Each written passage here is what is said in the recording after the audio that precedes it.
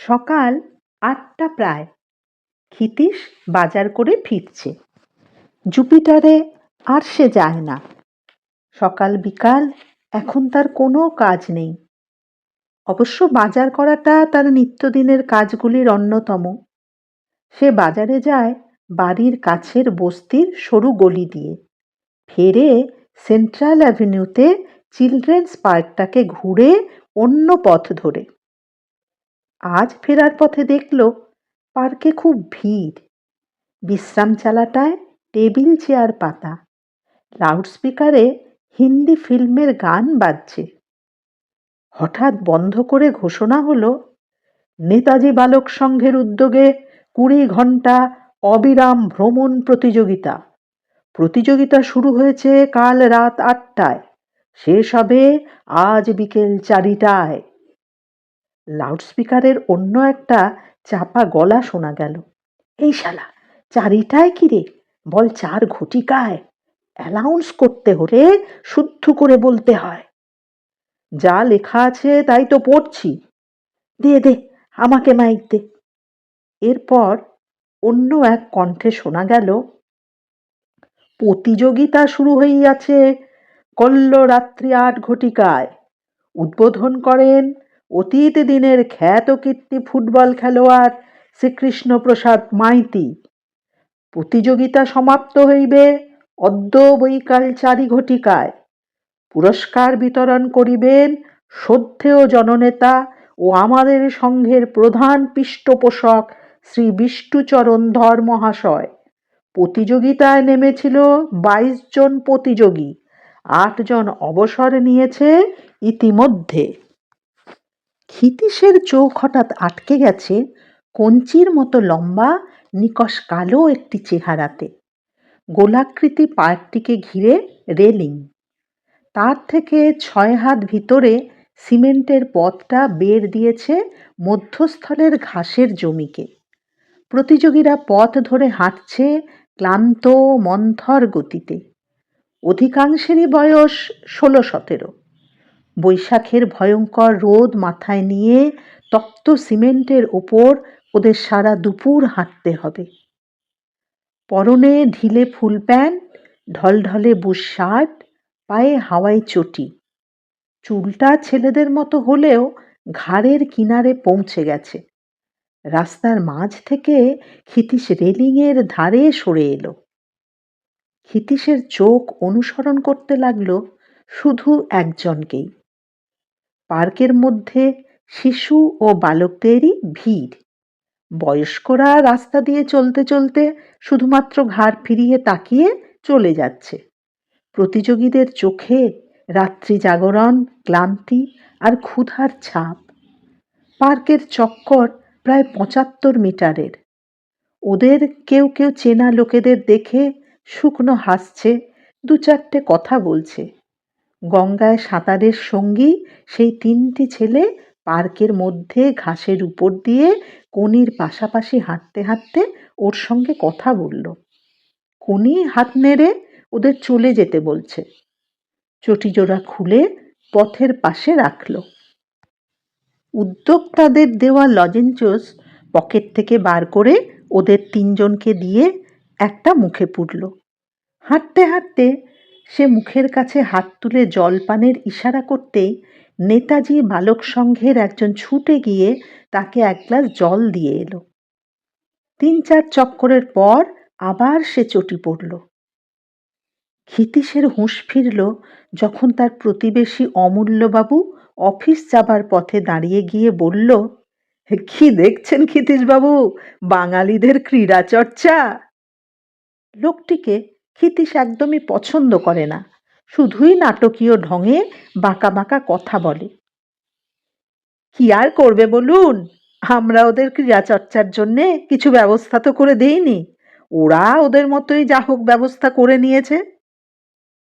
কথায় কথা বাড়ে, তাই ক্ষিতীশ আর না দাঁড়িয়ে বাড়ি মুখ। সদর দরজা তালা বন্ধ। লীলাবতী বেরিয়েছে। অবশ্য দ্বিতীয় চাবি ক্ষিতীশের কাছে আছে।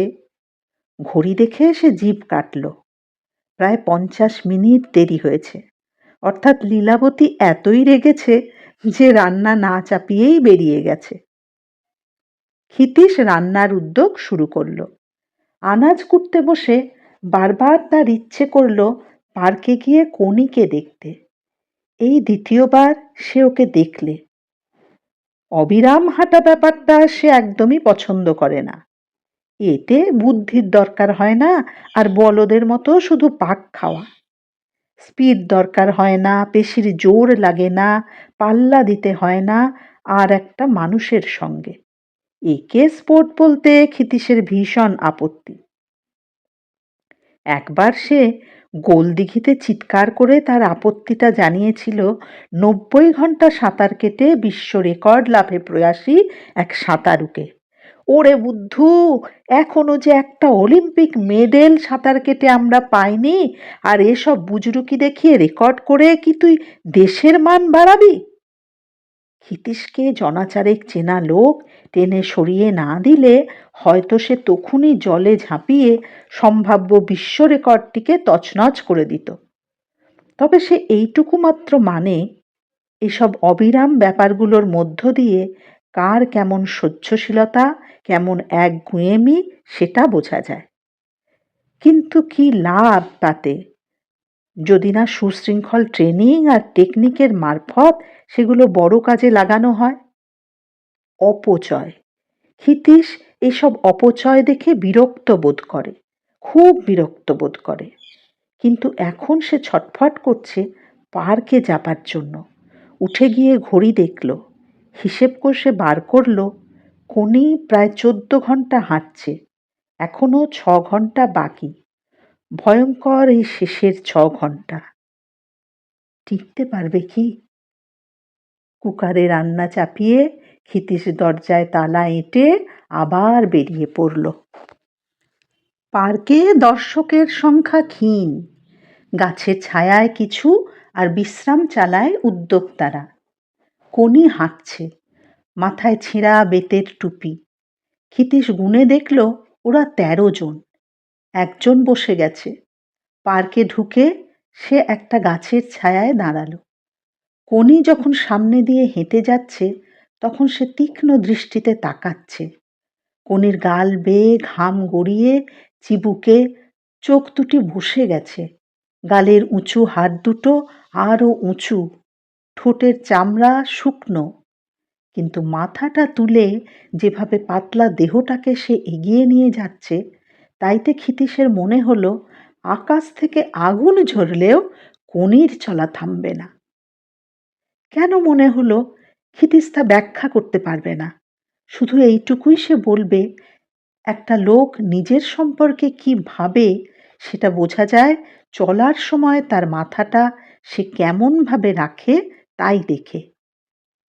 ক্ষিতীশ বাড়ি ফিরল ১২টায়। লীলাবতী কথা বলছিল দোকানের দুটি মেয়ের সঙ্গে। ক্ষিতীশ দাঁড়িয়ে গিয়ে বলল, হাতিবাগানের ঘর কি হলো? অনেক টাকা সেলামি চায়, সম্ভব নয়। সে ঘরে ঢুকে গেল। অন্যমনস্কের মতো স্নান ও খাওয়া সেরে সে ঘন ঘন ঘড়ি দেখতে লাগলো। ৩টে বাজার সঙ্গে সঙ্গে আবার বেরিয়ে পড়ল। ১৩ থেকে ৮, বসে গেছে ৫ জন। পার্কে এখন বেশ ভিড়। লাউডস্পিকার রেকর্ড বাজানো বন্ধ করে নানাবিধ ঘোষণায় মত্ত। তারই মাঝে প্রতিযোগীদের জানিয়ে দেওয়া হলো আর মাত্র ৫০ মিনিট বাকি। কণি হাঁটছে। ক্ষিতীশ জানত ও হাঁটবে এবং শেষ করবে। ক্লান্তি ওর পদক্ষেপে ধরা পড়ছে। সকালের সেই ৩টে ছেলে ওর পাশাপাশি ঘাসের উপর দিয়ে চলছে। কণি ২-১বার ওদের কথা শুনে হাসল। ক্ষিতীশ লক্ষ্য করল ডান পাটা টেনে টেনে হাঁটছে। অন্য প্রতিযোগীদের মধ্যে ২টি বছর ১০-এর ছেলে বেশ তাজাই দেখাচ্ছে। আজকের সভাপতি বরেণ্য জননেতা ও এই সংঘের হিতৈষী শ্রীযুত বিষ্ণুচরণ ধর মহাশয় তার শত কাজ ফেলে আমাদের মাঝে উপস্থিত হয়েছেন, এজন্য আমরা গর্বিত। হিতেশ লাউডস্পিকার থেকে কান সরিয়ে চোখ পাঠালো চালার নিচে। সেখানে টেবিলের উপরে ইতিমধ্যে একটি সাদা চাদরের ও তোড়া ভরা দুটি ফুলদানির আবির্ভাব ঘটেছে। তার পিছনে বসে আজকের সভাপতি। আরে, এ তো গঙ্গার ঘাটে দেখা সেই হিপোটা। হিতীশ অবাক হয়ে গেল। আর 20 মিনিট বাকি প্রতিযোগিতা শেষ হতে। তারপরই পুরস্কার বিতরণ অনুষ্ঠান। লাউডস্পিকারে ফিসফাস আলোচনা শোনা গেল। বলতে ভুল হয়ে গেছে, পুরস্কার বিতরণের আগে সভাপতি মহাশয় তার ভাষণ দেবেন। 8 জনেই শেষ করল প্রতিযোগিতা। পার্কে হাজির প্রায় 100 শিশু, বালক ও বয়স্ক ভিড় করে দাঁড়ালো চালার সামনে। ক্ষিতীশও এগিয়ে গেল। তার চোখ খুঁজতে খুঁজতে কণিকে পেল। সিমেন্টের সিঁড়ির ধাপে বসে পা ছড়িয়ে 2 হাতে টিপছে ডান উরু। ওরে বাব্বা, আর আমি হাঁটার রেসে নামছি না। দূর দূর, ফার্স্ট সেকেন্ড থার্ড নেই। তোকে তো পই পই বলেছিলুম নাম দিস না। আমি আর ভাদু একবার নেমেই টের পেয়ে গেছিলুম বোগাস ব্যাপার। কান্তি যে বলেছিল লোকেরা এসে পিন দিয়ে টাকা আটকে দেয় জামায়, কই দিল না তো। এসব ছোটখাটো কম্পিটিশনে দেখ, তোকে বলেছে কোনি যদি ফ্রক পরে নামতো দেখতিস অন্তত 20-25 পেয়ে যেত। প্যান্ট শার্ট পরলে তো ওকে ছেলে দেখায়। ঘোড়ার ডিম দিত। এখানকার লোকেরাই কঞ্জুস। না রে, ঠিকই বলেছে ভাদুটা। আমাকে প্যান্ট পরলে ছেলেদের মতোই তো দেখায়। এই দেখ তো চন্ডু, প্রাইজ কি দেবে? পুরো একদিন বাড়ির বাইরে, মা মেরে ফেলবে যদি কিছু হাতে করে না নিয়ে যায়। লাউডস্পিকারে আনুষ্ঠানিক ঘোষণাগুলি শেষ হয়েছে। সভাপতি বিষ্ণুধর বক্তৃতা দিতে শুরু করেছে। ক্ষিতীশ হাত 5 দূরে দাঁড়িয়ে কণিদের কথাবার্তা শুনছিল। এবার সে এগিয়ে এসে বলল, তুমি সাঁতার শিখবে? মুখটা তুলল সে। কাঁচা পাকা কদম ছাঁট চুলে ভরা মাথা আর পুরু লেন্সের পিছনে জলজতে দুটি চোখের দিকে একটু বিরক্তভাবেই তাকালো। তারপর আবার সে নিজের পা টিপতে লাগলো। শিখবে সাঁতার? সাঁতার আমি জানি। না, জানো না। ঝটকা দিয়ে চুল ঝাঁকিয়ে কোনি আবার মুখ তুলল। আপনি জানেন? হ্যাঁ, জানি। আমি দেখেছি তোমায় গঙ্গায়। ও সাঁতার চলবে না, সাঁতার শেখার জিনিস। যা জানি তাতেই গঙ্গা এপার ওপার করতে পারি, শেখার আবার আছে কি? অনেক কিছু শেখার আছে। আমার দরকার নেই শিখে, যা জানি তাই যথেষ্ট। হিতীশের উপস্থিতিকে অগ্রাহ্য করে কোনি দাঁড়ালো, চেঁচিয়ে ডাকল, এই গোপলা, শুনে যা। টেবিলে স্তূপীকৃত নানাবিধ প্রাইজগুলোর দিকে তাকিয়ে থাকা খালি পা, ছেঁড়া গেঞ্জি গায়ে বছর 12 একটি ছেলে এগিয়ে এলো। হ্যাঁ রে, মা কিছু বলেছে? যাও না বাড়িতে, পিটিয়ে তোমার চামড়া তুলে নেবে। দাদা? দাদা আজ কাজে যায়নি, জ্বর হয়েছে। মার সঙ্গে ঝগড়া হয়েছে তোমাকে নিয়ে। দাদা বলেছে বেশ করেছে কোনি। ক্ষিতীশ ভাবল আর একবার কোনির সঙ্গে কথা বলবে, কিন্তু ততক্ষণে কোনিকে ডেকে নিয়ে গেছে নেতাজি বালক সংঘের কর্মকর্তারা। প্রতিযোগীদের হাতে একটি করে খাবারের ঠোঙা দেওয়া হচ্ছে। এই যে শরীর, একে চাকর বানাতে হবে। ক্ষিতীশ ফিরে তাকালো বক্তৃতাকারীর দিকে। মাইক্রোফোনের পিছনে একটি ধুতি পাঞ্জাবি পরা চর্বির ঢিপি। ক্ষিতীশ ভিড় কেটে চাতালের দিকে এগোলো। কি করে তা সম্ভব? আপনার লক্ষ লক্ষ টাকা আছে, কিন্তু আপনি পারেন কি? আপনি আর্টস করতে, পিকক হতে?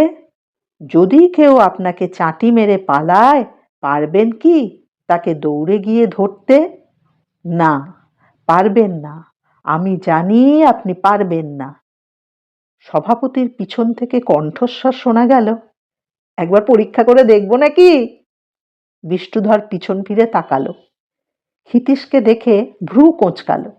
মাইকে হাত চাপা দিয়ে চাপা গলায় বলল, সব জায়গায় ইয়ার্কি করবেন না। তারপর হাত সরিয়ে বলতে শুরু করলো, কেন পারবেন না জানেন কি কারণটা? কারণ আপনার শরীর ফিট নয়, আর ফিটনেস আসে নিয়মিত ব্যায়াম থেকে। বিষ্ণুধর পিছন ফিরে তাকালো। ক্ষিতীশ মাথা হেলিয়ে তারিফ জানালো। ব্যায়াম সেই জন্যই সকলের দরকার, হাঁটাও একটা ব্যায়াম। তাই নেতাজি বালক সংঘের তরুণ কর্মীদের, যারা দিনরাত পরিশ্রম করে আজকের এই প্রতিযোগিতাকে সফল করে তুলেছে, তাদের বললাম, তোমরা হাঁটার ব্যবস্থা করো, আমি আছি তোমাদের সাথে। এটা সমাজসেবার কাজ, আমি থাকবো তোমাদের পাশে পাশে। হুম, আগে আগে, নেতৃত্ব দিতে হলে সামনে থাকতে হয়। বিষ্ণুধর পিছনে তাকিয়ে ভ্রু কোঁচকালো, তারপর মাথা হেলালো। পাশে পাশেই বা বলি কেন, আমি থাকবো আগে আগে। সমাজের কল্যাণের জন্য, মানুষকে সুস্থ সবল করার জন্য যখনই সংগঠন গড়ে উঠবে, সবার আগে আমাকে ছুটে আসতেই হবে। ছোটার কথা চেপে যান, পিছন থেকে ফিসফাস শোনা গেল। যদি কেউ বলে একটু ছুটে দেখান। বিষ্ণুধর ঢোক গিলে বলল, কিন্তু ছুটেই বা আসবো কেন? মানুষ ছোটে কখন? যখন সে ভয় পায়, দিশাহারা হয়। কিন্তু জনগণ সহায় থাকলে আমি ভয় পাবো কেন? জনগণই পথ বলে দেবে, সুতরাং দিশাহারা হব কেন? না, আপনাদের আশীর্বাদ থাকলে আমি ভয় পাবো না। সঠিক পথেই আপনাদের সেবা, দেশের ও দশের সেবা করে যেতে পারবো। তাই আজ প্রতিযোগীদের এই কথা বলেই বক্তব্য শেষ করব, শরীরটাকে ফিট না করলে পরিশ্রম করতে পারবে না, পরিশ্রম না করলে দেশ গড়ে তুলতে পারবে না। তাই আজ যে প্রতিযোগিতার মধ্য দিয়ে তোমরা হাঁটা শুরু করলে। বিষ্ণুধর পকেটে হাত ঢুকিয়ে হাতড়াতে লাগলো। এই যে হাঁটা, এ হাঁটা জীবনের পথে। বিষ্ণুধর অসহায়ভাবে পিছনে তাকালো। ভুলে গেছেন? ঘাড় নেড়ে অসহায়ভাবে বিষ্ণুধর ফিসফিস করে বলল, রবি ঠাকুরের একটা পদ্য লিখে এনেছিলুম, পাচ্ছি না। বলুন, এই যে যাত্রা শুরু হলো ছোট্ট এই পার্কে। মাইক্রোফোনে গম গম করে উঠল সভাপতির আবেগ ভরা কণ্ঠ। এই যে যাত্রা শুরু হলো ছোট্ট পার্কে, ধীরে ধীরে তা বৃহত্তর জীবনের দিকে, সুখ সমৃদ্ধি ভরা জীবনের দিকে তোমাদের নিয়ে যাক। এই পার্ক পরিক্রমা রূপান্তরিত হোক বিশ্ব পরিক্রমায়। জয় হিন্দ। বিষ্ণুধর হুবহু বলে গেল ক্ষিতীশের প্রম্পট শুনে। শুধু জয় হিন্দের পর গলা কাঁপিয়ে যোগ করল, ইনকিলাব জিন্দাবাদ। পুরস্কার দেওয়া হলো। প্লাস্টিকের কিট ব্যাগ আর তোয়ালে পেল যারা 20 ঘন্টা সম্পূর্ণ করেছে। 16 ঘন্টার পরে যারা অবসর নিয়েছে তাদের শুধুই ব্যাগ, আর 12 ঘন্টার পরে যারা, তাদের শুধুই তোয়ালে। কোনি পুরস্কার নিয়ে ব্যাগটা উল্টে পাল্টে দেখল। সভাপতিকে নমস্কার জানানোর দরকারও মনে করল না। খাবারের ঠোঙাটা ব্যাগের মধ্যে ভরে সে ভাইয়ের হাতে দিয়ে বলল, চ বাড়ি যাই, এটা মাকে দিতে হবে। ভাইয়ের কাঁধে হাত রেখে খোঁড়াতে খোঁড়াতে কোনি চলে যাচ্ছে। ক্ষিতীশ এক দৃষ্টে তাকিয়ে, মাথাটা উঁচু, কঞ্চির মতো শরীরটা দুলছে। সঙ্গে ওর বন্ধু ভাদু আর চণ্ডু। পার্ক থেকে বেরিয়ে ওরা ধীরে ধীরে দৃষ্টির বাইরে চলে যাচ্ছে। ক্ষিতীশের মনে হলো ওর বাড়ির ঠিকানাটা নিয়ে রাখলে হতো। আপনাকে বেষ্টাদা ডাকছে। কে বেষ্টাদা? অন্যমনস্ক ক্ষিতীশ বলল, আজ যিনি সভাপতি। ক্ষিতীশকে দেখেই বিষ্ণুধর একগাল হেসে বলল, ফিনিশিংটা সবাই বলছে দারুণ হয়েছে। তারপর কানের কাছে মুখ এনে ফিসফিস করে বলল, ইনকিলাব জিন্দাবাদটা অ্যাড করলুম, তার কারণ আছে।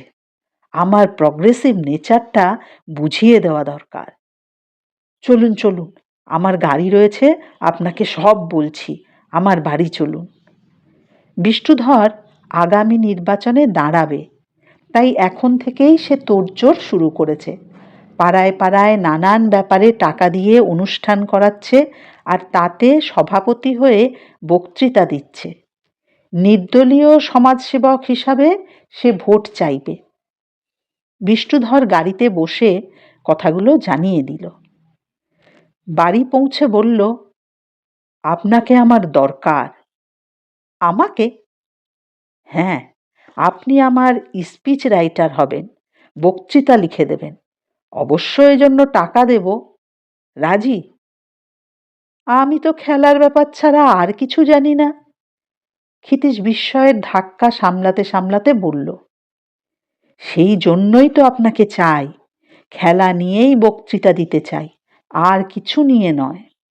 বিনোদ ভর হচ্ছে সিটিং এমএলএ, খেলার লাইনের লোক, অনেক ক্লাবের প্রেসিডেন্ট। আমিও খেলার লাইন ধরে ক্যাম্পেন করব। বিনোদ ভর মিনিস্টার হতে চায়। সিঙারা মুখে দিয়ে ক্ষিতীশ বলল, ভেবে দেখি।